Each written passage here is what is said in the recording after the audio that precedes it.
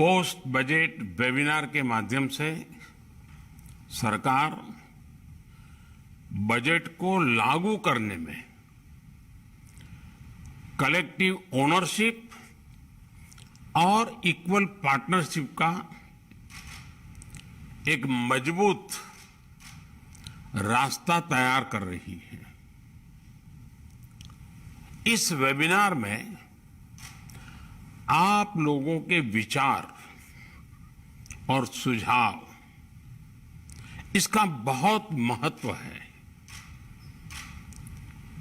मैं आप सभी का इस वेबिनार में बहुत बहुत स्वागत करता हूं।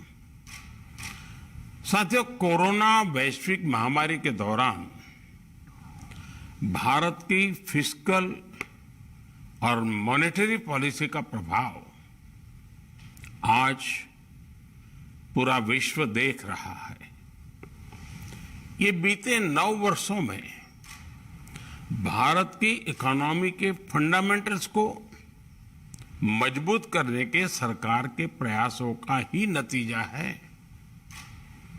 एक समय था जब भारत पर भरोसा करने से पहले भी 100 बार सोचा जाता था। हमारी इकोनॉमी हो, हमारा बजट हो, हमारे लक्ष्य हो, जब भी इनकी चर्चा होती थी तो शुरुआत एक क्वेश्चन मार्क के साथ होती थी और उसका एंड भी एक क्वेश्चन मार्क से होता था। अब जब भारत फाइनेंशियल डिसिप्लिन, ट्रांसपेरेंसी और इंक्लूसिव अप्रोच को लेकर चल रहा है तो एक बहुत बड़ा बदलाव भी हम देख रहे हैं। अब चर्चा की शुरुआत पहले की तरह क्वेश्चन मार्क की जगह विश्वास ने ले ली है और चर्चा के अंत वाले समय में भी क्वेश्चन मार्क की जगह अपेक्षा ने ले ली है। आज भारत को वैश्विक अर्थव्यवस्था का ब्राइट स्पॉट कहा जा रहा है। भारत आज G20 की प्रेसिडेंसी का दायित्व भी उठा रहा है। 2021-22 में अब तक का सबसे ज्यादा FDI देश को प्राप्त हुआ है। इस निवेश का बड़ा हिस्सा मैन्युफैक्चरिंग सेक्टर में हुआ है। PLI स्कीम का लाभ उठाने के लिए लगातार एप्लीकेशन आ रही है। हम ग्लोबल सप्लाई चेन का अहम हिस्सा भी बनते जा रहे हैं। निश्चित तौर पर ये कालखंड भारत के लिए बहुत बड़ा अवसर लेकर आया है और हमें ये मौका जाने नहीं देना चाहिए। इसका पूरा लाभ उठाना चाहिए और मिलकर के करना चाहिए। साथियों, आज का नया भारत अब नए सामर्थ्य से आगे बढ़ रहा है। ऐसे में भारत के फाइनेंशियल वर्ल्ड के आप सभी लोगों की जिम्मेदारी भी बढ़ गई है। आज आपके पास दुनिया का एक मजबूत फाइनेंशियल सिस्टम है।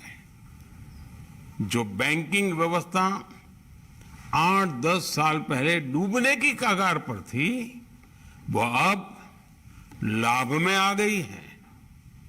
आज आपके पास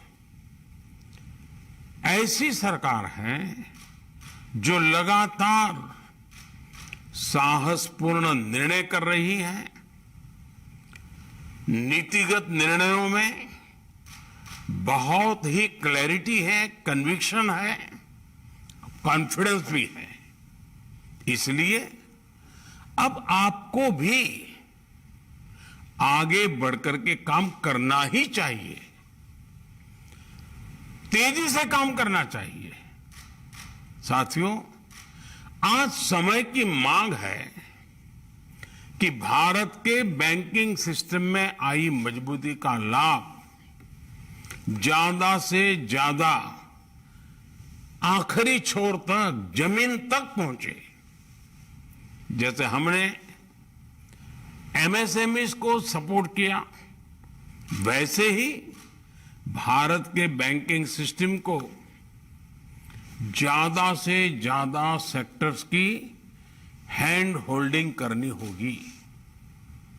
महामारी के दौरान 1,20,00,000 एमएसएमईज को सरकार से बहुत बड़ी मदद मिली है।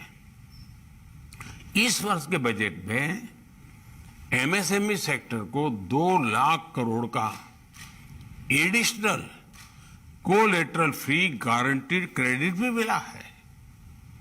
अब ये बहुत जरूरी है कि हमारे बैंक उन तक पहुंच बनाए और उन्हें पर्याप्त फाइनेंस उपलब्ध कराए। साथियों, फाइनेंशियल इंक्लूजन से जुड़ी सरकार की नीतियों ने करोड़ों लोगों को फॉर्मल फाइनेंशियल सिस्टम का हिस्सा बना दिया है। बिना बैंक गारंटी 20 लाख करोड़ रुपए से ज्यादा का मुद्रा लोन सरकार ने ये बहुत बड़ा काम नौजवानों के सपने पूरे करने में सार्थक काम किया है, मदद की है। पीएम स्वनिधि योजना के माध्यम से 40 लाख से ज्यादा रेहड़ी पटरी वाले छोटे दुकानदारों को पहली बार बैंकों से मदद मिलनी संभव हुई है।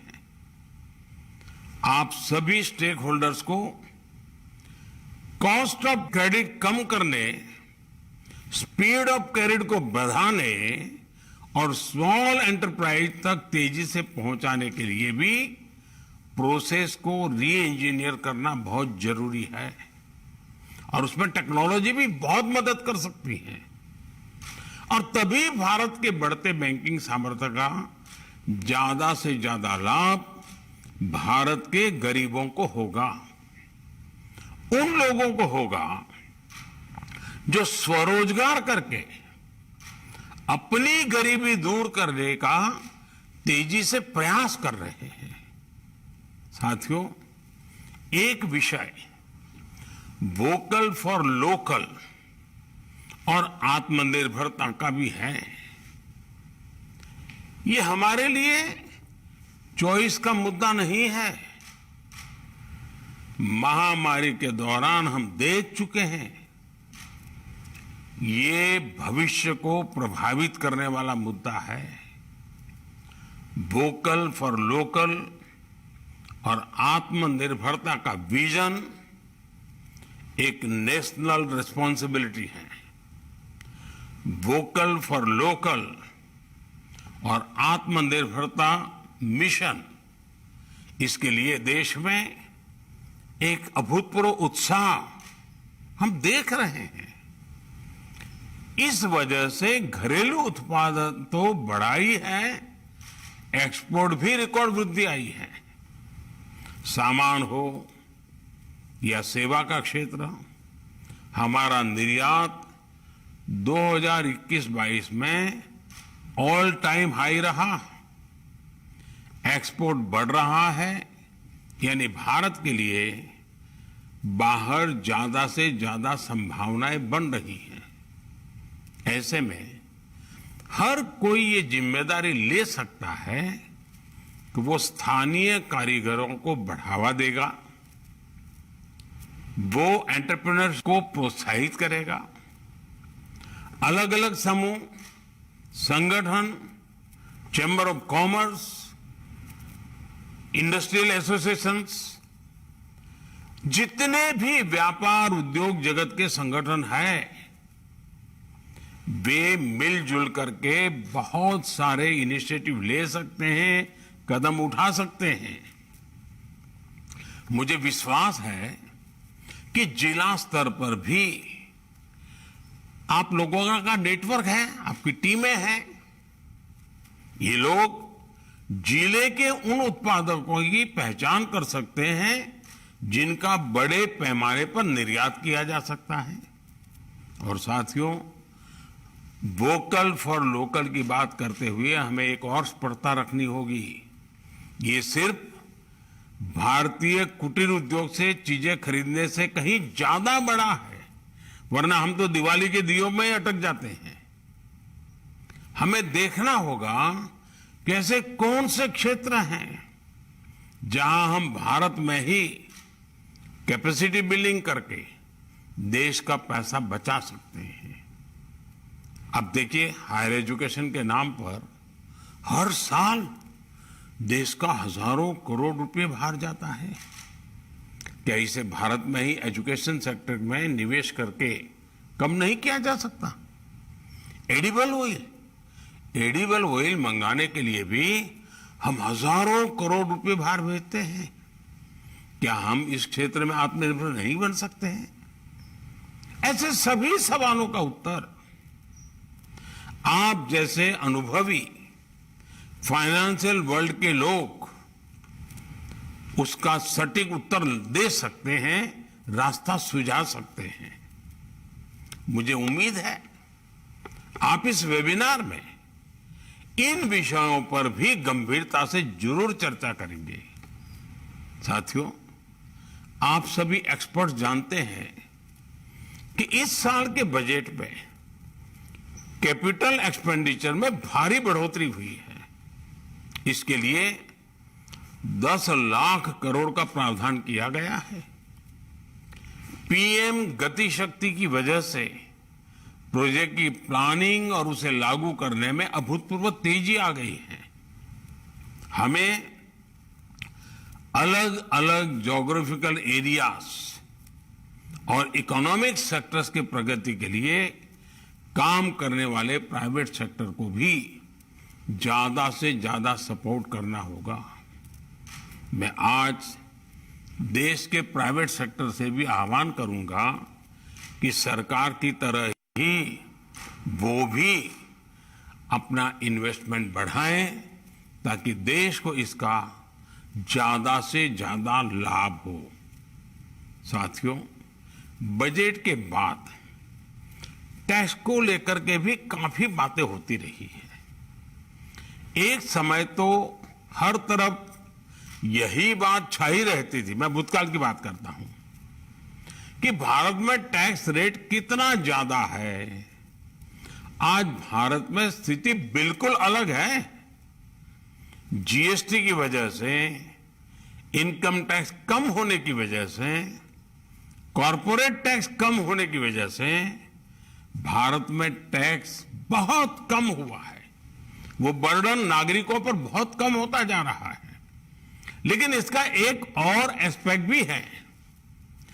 2013 और 14 के दरमियान हमारा ग्रॉस टैक्स रेवेन्यू करीब 11 लाख करोड़ था। 23-24 के बजट में अनुमानों के मुताबिक ग्रॉस टैक्स रेवेन्यू अब 33 लाख करोड़ से ज्यादा का हो सकता है। ये बढ़ोतरी 200% की है।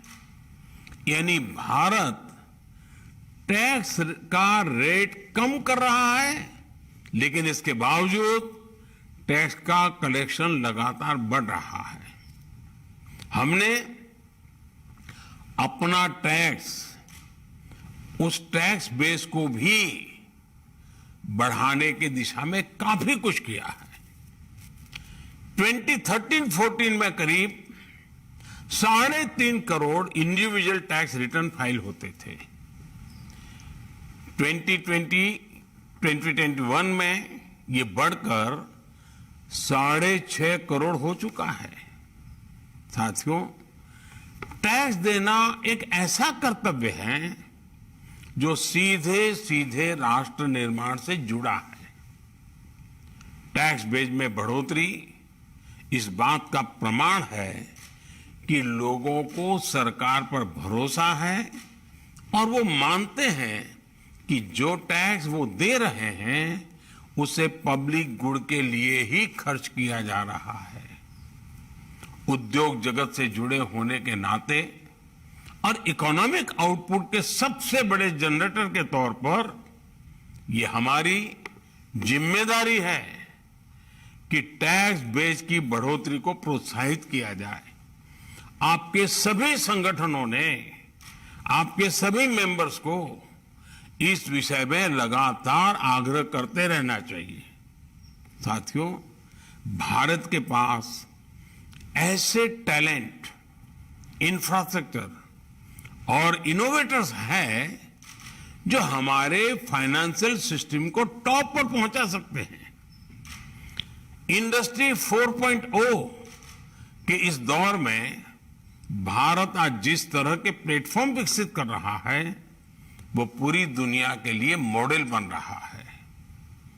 जेम यानी गवर्नमेंट ई मार्केट प्लेस ने भारत के दूर सुदूर में रहने वाले छोटे दुकानदार को भी सरकार को सीधे अपना सामान बेचने का सामर्थ्य दिया है। भारत जिस तरह डिजिटल करेंसी में आगे बढ़ रहा है वो भी अभूतपूर्व है। आजादी के 75वें वर्ष में डिजिटल तरीके से 75,000 करोड़ ट्रांजैक्शन ये बताता है कि यूपीआई का विस्तार कितना व्यापक हो चुका है। रुपे और यूपीआई सिर्फ कम लागत और अत्यधिक सुरक्षित टेक्नोलॉजी पर नहीं है, बल्कि ये दुनिया में हमारी पहचान है। इसे लेकर इनोवेशन की अपार संभावनाएं हैं।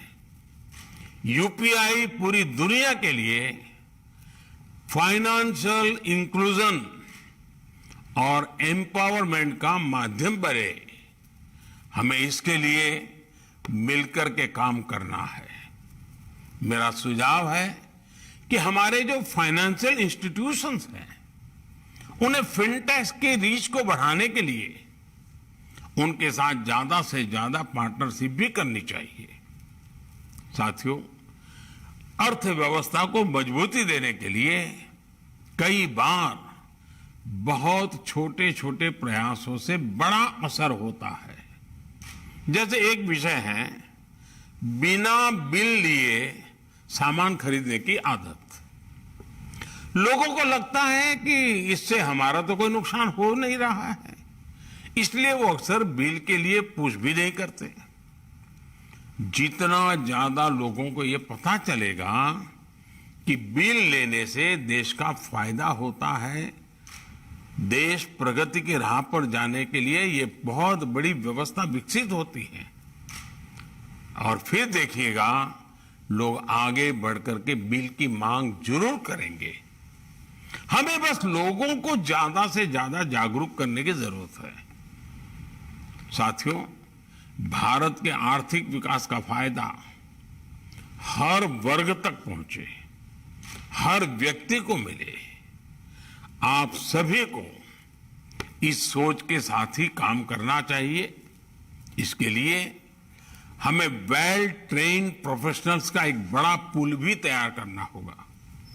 मैं चाहता हूं कि आप सभी ऐसे हर फ्यूचरिस्टिक आइडियाज पर विस्तार से चर्चा करें। मुझे पूरा भरोसा है कि फाइनेंशियल वर्ल्ड के आप लोग, जिनके माध्यम से देश में बजट के कारण एक सकारात्मक वातावरण पैदा हुआ, आपने बजट की भूरी भूरी प्रशंसा की।